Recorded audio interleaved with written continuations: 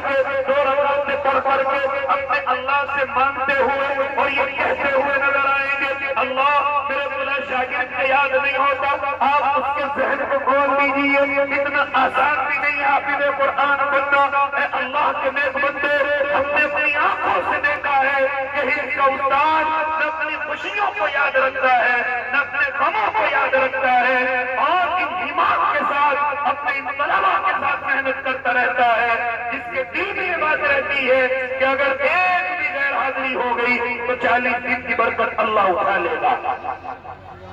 اتنی محنت کے ساتھ یہ حافظ قرآن بنائے جاتے ہیں.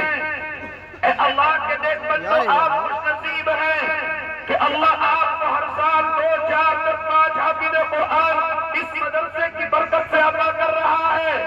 آپ کا قیمتی سرمایہ اللہ رب العزت کے دربار میں قبول ہو رہا ہے.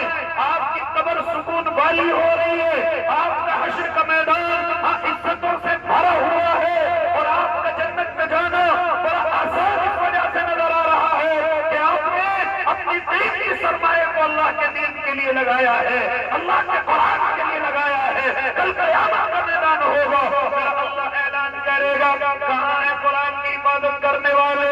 علماء کھڑے ہوں گے, یہ طلباء کھڑے ہوں گے, یہ عباد و قرات کھڑے ہوں گے. ان کو انعامات سے نوازا جائے گا لیکن آپ کو بھی کھڑا کیا جائے گا.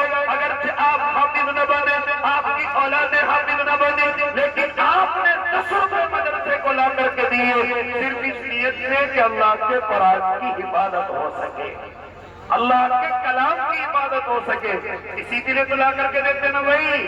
تو اس لیے آپ بھی قرآن کی عبادت کا ذریعہ بن رہے ہیں, آپ بھی اللہ کے کلام کی عبادت کا ذریعہ بن رہے ہیں. اس میں اور جتنی بھی زیادتی ہو سکے اتنا کم ہے.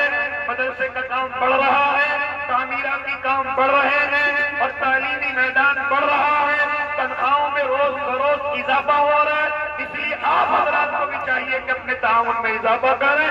میں تو دعا سے پہلے اور حضرت کے آنے سے پہلے صرف 5 یا 10 منٹ کے لیے آپ کے درمیان میں بیٹھا.